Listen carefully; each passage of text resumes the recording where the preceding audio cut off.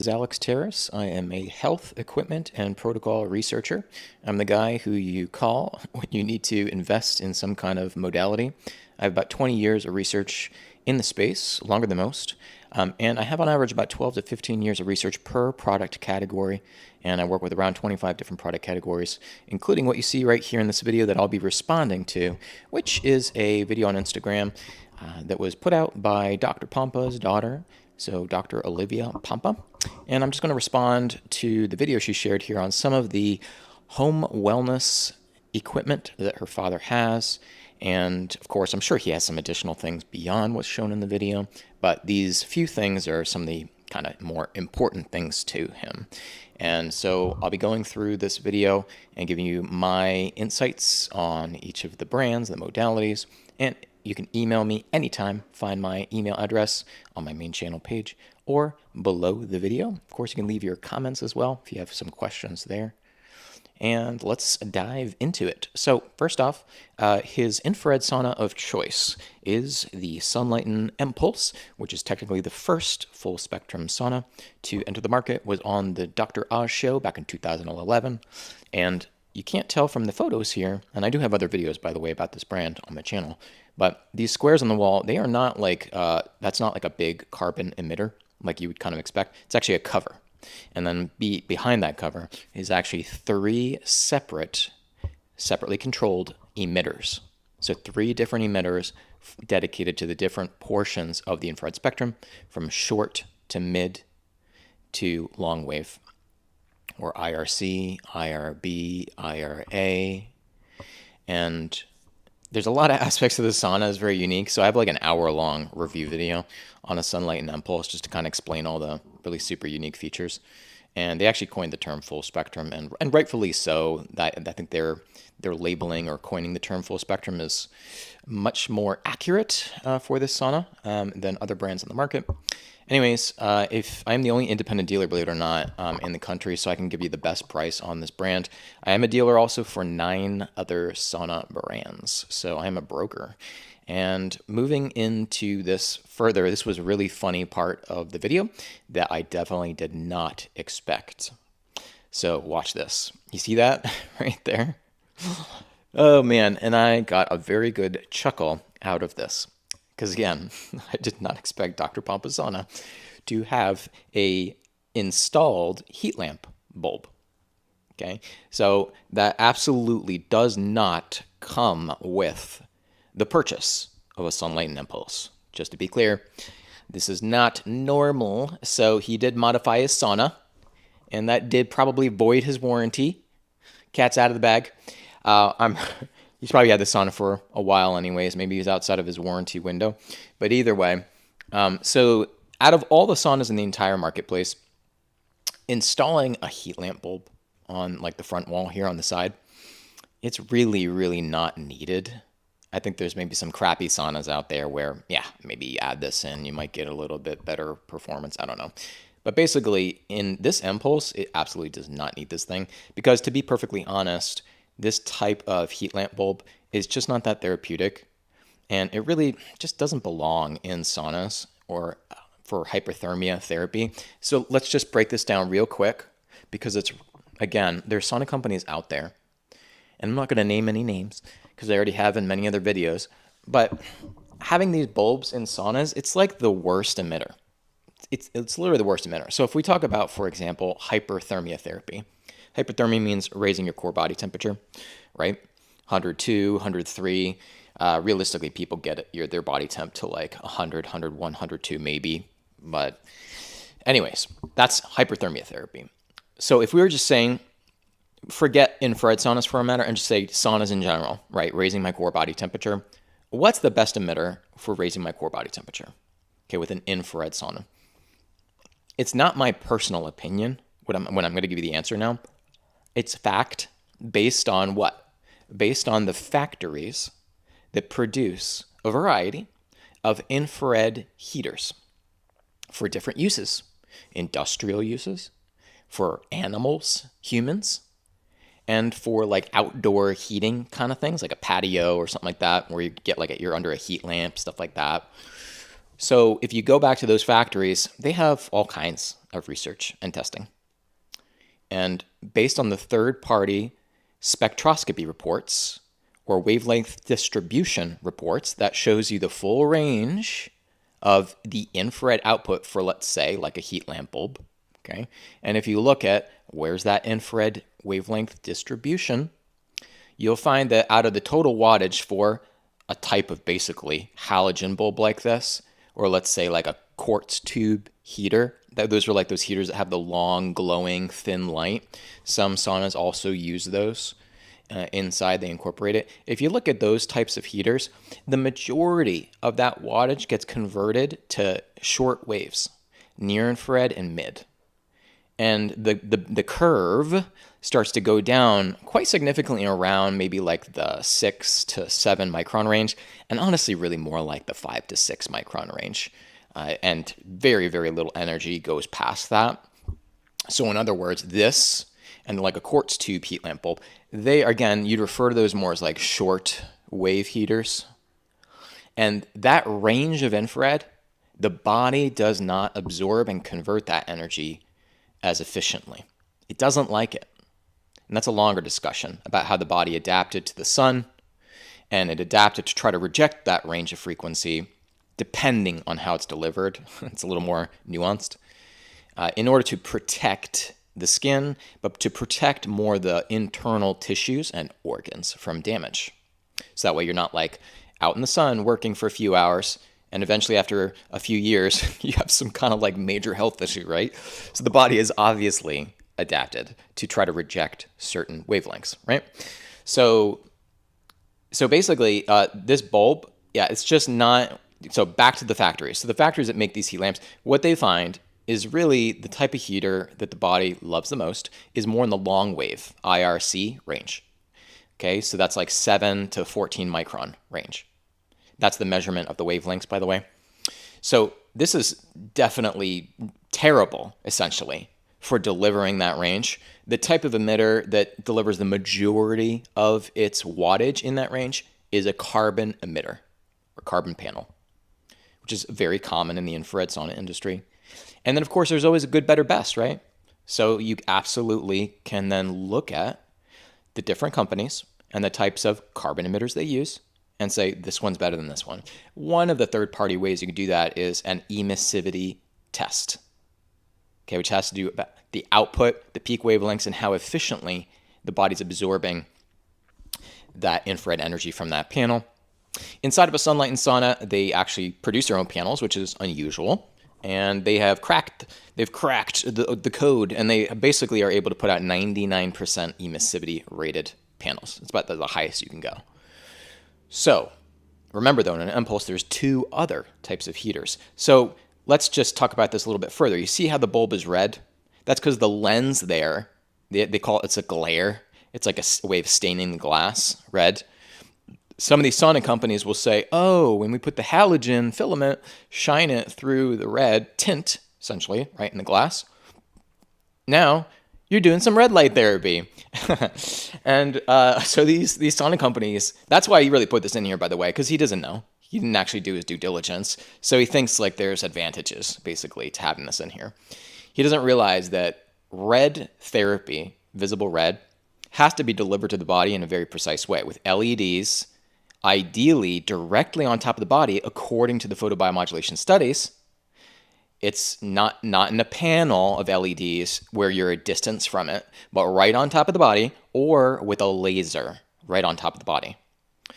And it's a single wavelength of red or a dual, specifically to trigger a photochemical response on certain receptors inside of cells.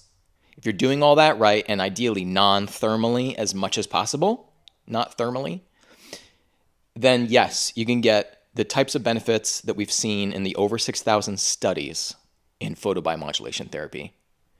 Now, that 6,000 plus studies is a combination of near infrared wavelengths, usually a single wavelength studied at one time, and or red, non-thermal, for that photochemical response. Shining an incandescent through a little red tint, no.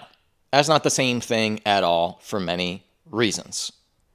So you can't just be like, oh, we shone the red light through a red tint, and now you're doing red light therapy, and you're going to get all the benefits seen with LEDs and lasers, seen in these photobiomodulation studies. But these sauna companies literally say that. They're completely lying and deceiving consumers, period. And yes, you're on trendy podcast shows, and they look so impressive and say a lot of really fascinating things. A lot of times they're completely unsubstantiated. Frustrates the hell out of me. Anyways, and as far as the near infrared, we've already talked about. They call them near infrared bulbs, but really it's like actually a larger percentage of the energy is in the mid-range. So why don't you call it a mid-range bulb? You know why they like to call these a near infrared bulb? Because of keyword marketing. So they can, again, ride on photobiomodulation research, which is about 30 years, lots of impressive studies, where they study things like near infrared wavelengths. But they only study a single wavelength delivered on usually through a laser into the body. And then there are a handful of studies as well, maybe 100, whatever it is, on LEDs. Single, non-thermal, near-infrared wavelength, like 850 nanometers, okay, or 810, or 940. And so they like to say, oh, it's a near-infrared lamp. But this is a range of frequencies thermally delivered, which is a completely different effect. So these companies again lie to everybody and say, "Oh, if you get the near infrared portion of the wavelength from this, you're going to get the same benefits that you see in those photobiomodulation studies." Never been proven, and that's just not the way it works for several reasons. So this is what you're dealing with. Lots of companies that are constantly giving bad science, unsubstantiated claims, and then really smart, intelligent people like Dr. Pompa, who does great work in the health field, they get fooled. They get fooled. If Dr. Pompa is getting fooled, what about everybody else? You know what I mean? Who isn't the health practitioner who's done a lot of research. You see what I'm saying? This is such a perfect example of the challenges that consumers are facing in this industry. This doesn't belong in a sauna. It just doesn't belong in there. So that's it. That's my little rant on this. There's more efficient, superior emitters for delivering infrared to the body and warming your core body temperature than this thing. Inside of the mPulse, when it comes to the near infrared spectrum, by the way, they have a properly designed LED panel that's within 1 inch of your body, designed by Dr. Hamblin, a well-known photobiomodulation researcher with an expertise in LEDs versus lasers. So the sauna company was just like, well, we'll just throw this in the LED in here. We're a sauna company. We know everything. Nope. They went to somebody who actually has a real reputation as an expert in photobiomodulation. And they said, you know what? We don't really know anything. Can you help us actually design this to be therapeutic, to deliver an appropriate amount of joules and what you get the idea, right? To deliver proper dosage to the body. So maybe somebody can actually get some benefits from the near portion. So they also have red LEDs as well that they upgraded several years ago. So now it's near and red LED.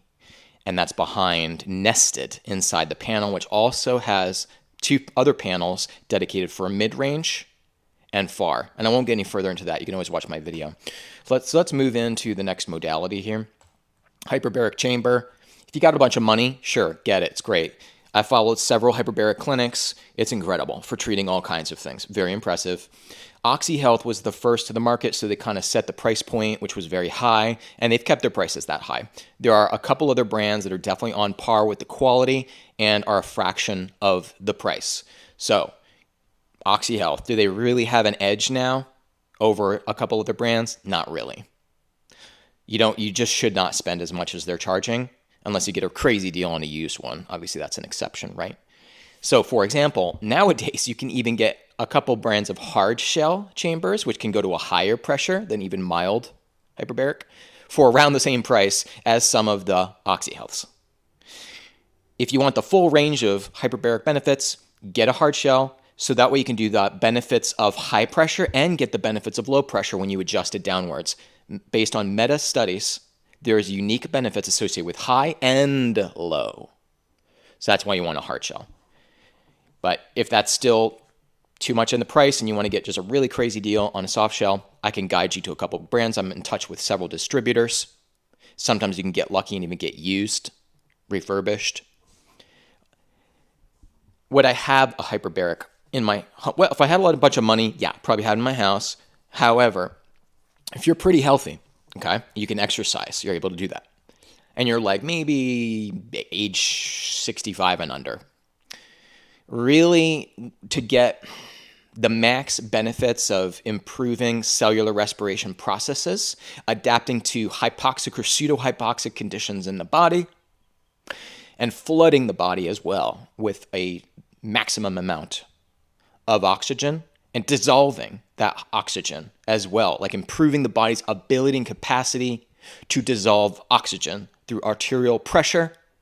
You have to go with exercise with oxygen training, where you're doing a high intensity interval training on a stationary piece of equipment while you're inhaling concentrated oxygen. And let me just clarify, there's only one company who first came to market, by the way, with this type of technology, and they're the only ones that do an adaptive contrast training system, which is specifically what I would recommend in place of a hyperbaric chamber for a fraction of the cost, and allows you to also train in hypoxic conditions. 15% O2 saturation, less than the regular atmospheric pressure. Now, they also have a system where you can even adjust that 15% to less if you're a psychopath and an elite athlete and you want to try to do some like sprinting high pace at like 9% or something like that and have a crazy competitive edge and adapt metabolically around that condition. And then in that next breath, you flip right over into oxygen rich and replenish the body. How cool is that? So you're wearing a mask and you got a reservoir bag that has a hypoxic chamber and an oxygen rich chamber. That's how it works. LiveO2 is the only one that has something like that and has actual safe equipment. Every component is designed medically for the gases. Most important, and what you have to watch out for with exercise with oxygen training equipment, is most of the companies are designing their reservoir bags incorrectly, and they're putting unhealthy levels of VOCs into people's lungs, goes directly into the bloodstream, and is cytotoxic to cells. Whoa, who else is talking about that? Only I am. So let that sink in for a second.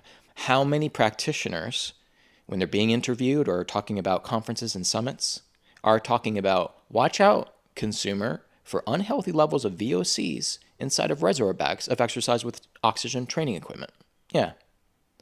I hope you're starting to get the picture that a lot of people are in the industry. People are looking to them as authority figures, and these people are confused and or complicit and or not doing their due diligence. Only one company properly designed their reservoir bag, and that was LiveO2, and it took them several years of trying multiple types of materials that are storing the gases that are concentrated there. And they're the only ones to also, in addition, not seal the reservoir bag. Okay? They are stitching it so that there's still a little bit of airflow to get the VOCs even lower, even if you're using the best material that's the most inert. It still wasn't good enough. So they have a little bit of airflow still squeezing out through those seams. You don't want to seal the reservoir bag, like every other company in the market who doesn't care about you and your health. Okay? It's straight up, that's how it is. Okay, so either they're stupid and lazy, right, and they started a competitive product. It's either that, or they're complicit and they don't care if it harms people.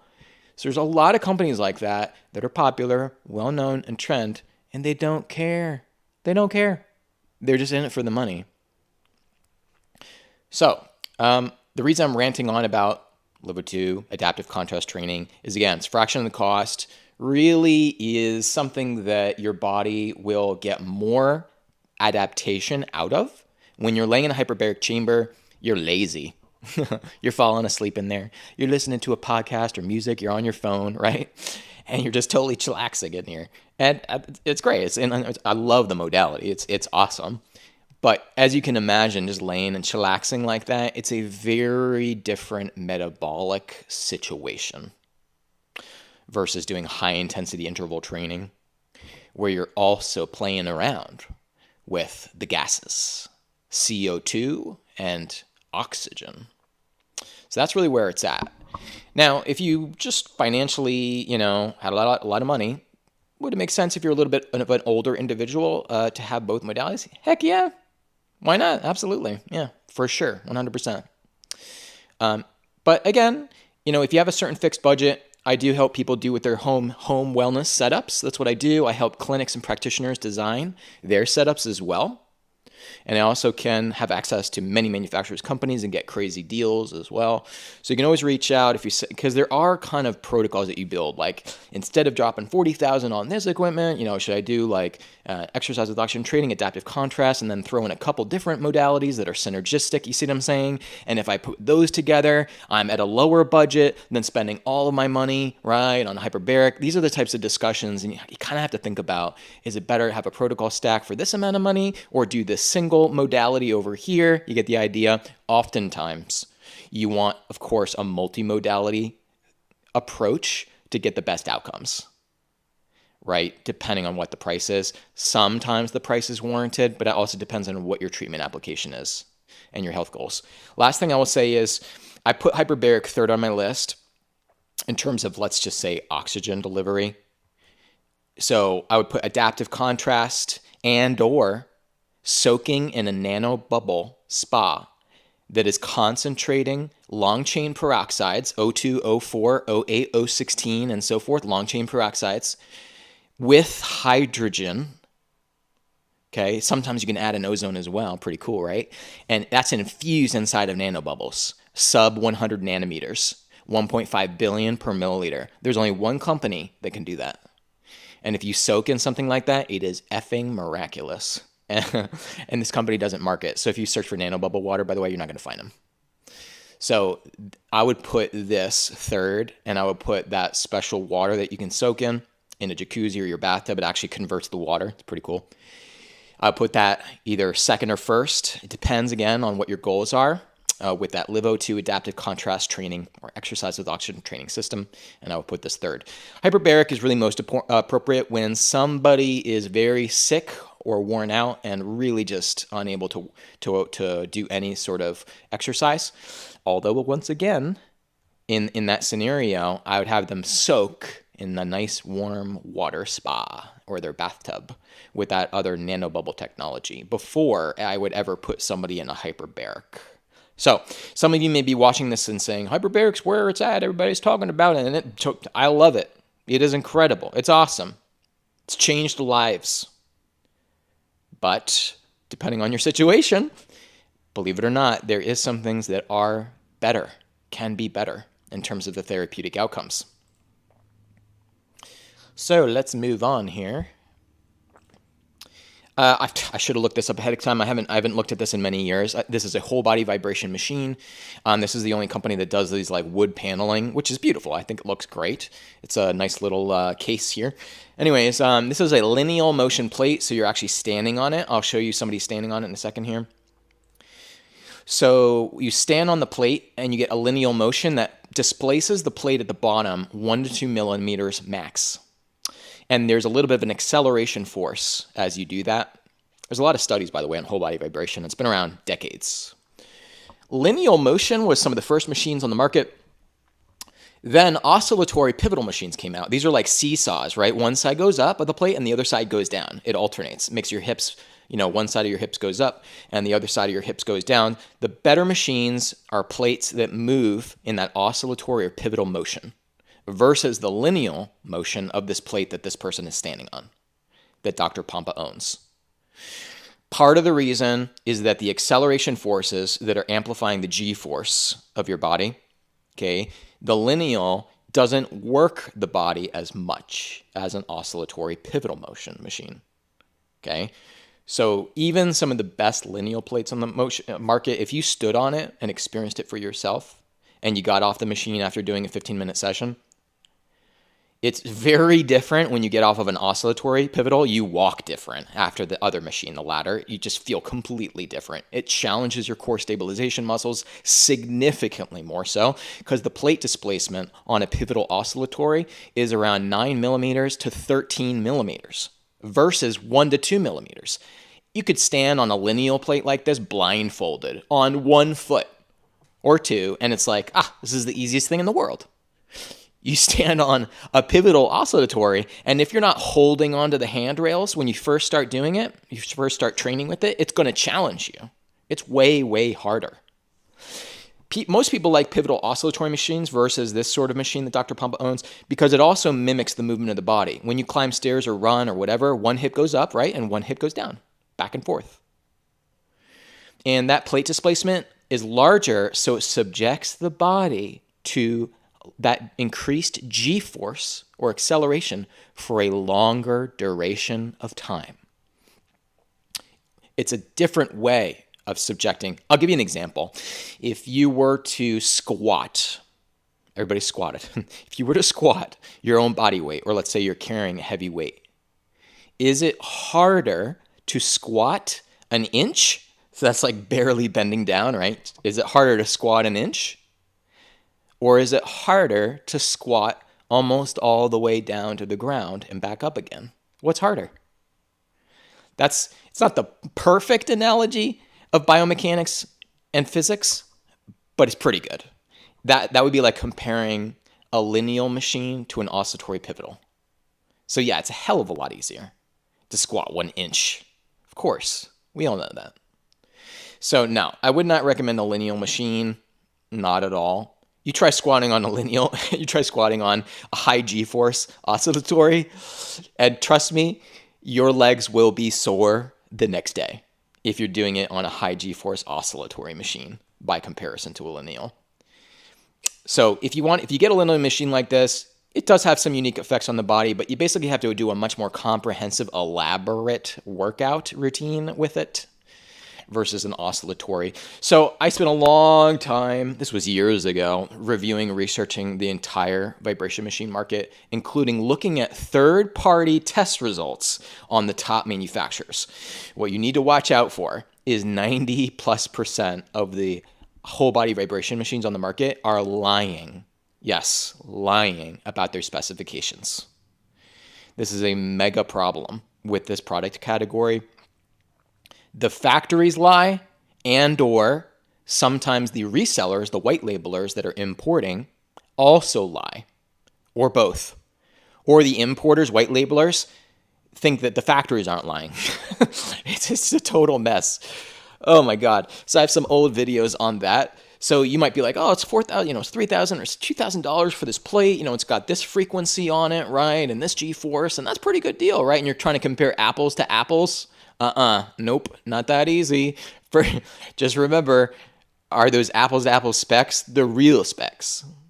And that's probably the last thing you thought that you would have to think about. So I have access, by the way, to a ton of those third-party tests on all the main factories. And yeah, there are just a couple brands out there that actually have legit specs. And then there are definitely a couple leaders that have reverse engineered the best machines on the market and tried to make them more affordable consumers. Anyways, I won't continue to rant all about that. But yeah, there's a couple really good brands on the market that truly are the best. And they will last you almost an indefinite period of time. They're very easy to fix. Any electrician can come by and tweak it if necessary. And they're really built to last. And that's another major problem with most of the cheap machines out there. They are not engineered well. So they eventually will shake, vibrate, and you'll have problems with them. And a lot of them aren't always built to be repaired. But there are a couple machines that are like commercial grade, and you could use it, literally in a commercial facility for a long period of time. So if you get it at home, you're basically barely using the thing, right? And it should last you pretty much the rest of your life. So if you need guidance on that, again, email me on whole body vibration machines. Would I include one and spend money on it? It depends on your budget. You can spend like $2,500 to $3,500 range, and that's kind of reasonable, compared to what some of this stuff costs. So that may be, absolutely something you could throw in there. It does have actually a unique effect on the body. So it's not like, I'm just going to do squats in the gym, or I'm going to do this movement on the floor. No. Whole body vibration machines actually have a completely novel, fascinating physical response that the body goes through. It's very cool. So again, you cannot replicate the effects, not all the effects anyways, of a whole body vibration machine without owning one, basically through some other method of exercise. So if you ever want to chat about that, it's actually kind of fascinating. So it could be worth it, right, to some of you, depending on what your overall goals are. But it may actually make more sense to say, oh, I want to prioritize adaptive contrast training, like I was talking about before, and get a stationary exercise equipment and do that modality, right? That may make a lot more sense. It depends on what your overall health goals are. So for some people, it makes absolutely no sense to spend money on a whole body vibration machine. And I could tell you right now, if I just chatted with Dr. Pompa, for the amount of money he spent on this lineal machine, yeah, I would not have prioritized. If you said, I want max longevity, I want max prevention for these types of, common health conditions, and the max effect on the cellular level of this, and this metabolic kind of whatever. Like if you took that real comprehensive overall health goal and you said, I want to max that out, yeah, I would not have recommended a whole body vibration machine to spend a few $1,000s on. I would have had a few other recommendations ahead of that just basically, they just give you a better therapeutic ROI. But again, I don't know all the equipment is in his entire home that he has. But, key is really about like longevity and prevention. And yeah, I maybe would not have prioritized vibration machine in his home setup. So if you guys have any questions about what I would have recommended instead, that might have been a better investment, you can always just, again, reach out to me anytime. That was basically it for, the rest of the video just kind of goes over other really, really important things, to having a lifestyle that is reducing the amount of exposure to toxins, for sure. And I agree with all of these other suggestions here that Dr. Olivia is reviewing 100%, especially couches and any furniture and beds. You can definitely, there's some, and of course clothes that you wear. Oh my God. People are getting exposed to so many other toxins from these sources, and they have no clue at all that it's happening. So I 100% agree with all of this. If you guys are also looking for a super clean mattress, I have a couple really good brands out there that I've done some research on. I don't dabble too much with a lot of stuff like that. But definitely can reach out. Super clean air and super clean water as well for the entire home is also a serious priority. So if you want to reach out about that too, that wasn't featured in this video, but that would have been cool to actually see if she showed that he was doing purification of all of the water in his home and purification of the air. That is also just like a couch that you're constantly sitting on, you know what I mean? That definitely is a major, major priority, because those things directly, all these things are directly impacting your blood. In other words, the toxins from all these things I just listed directly goes into the bloodstream, which of course what? Then is affecting all of your cells. So it's kind of a big deal because it's having a very direct path to some cytotoxic effects. Anyways, that's it for now. And if you enjoyed this video, please like and subscribe. It will help me to reach more people with my education. If you have any great videos you want me to do a response to and give my opinion to, or any products, please put it in the comments or email it to me anytime. Thanks for watching, everybody.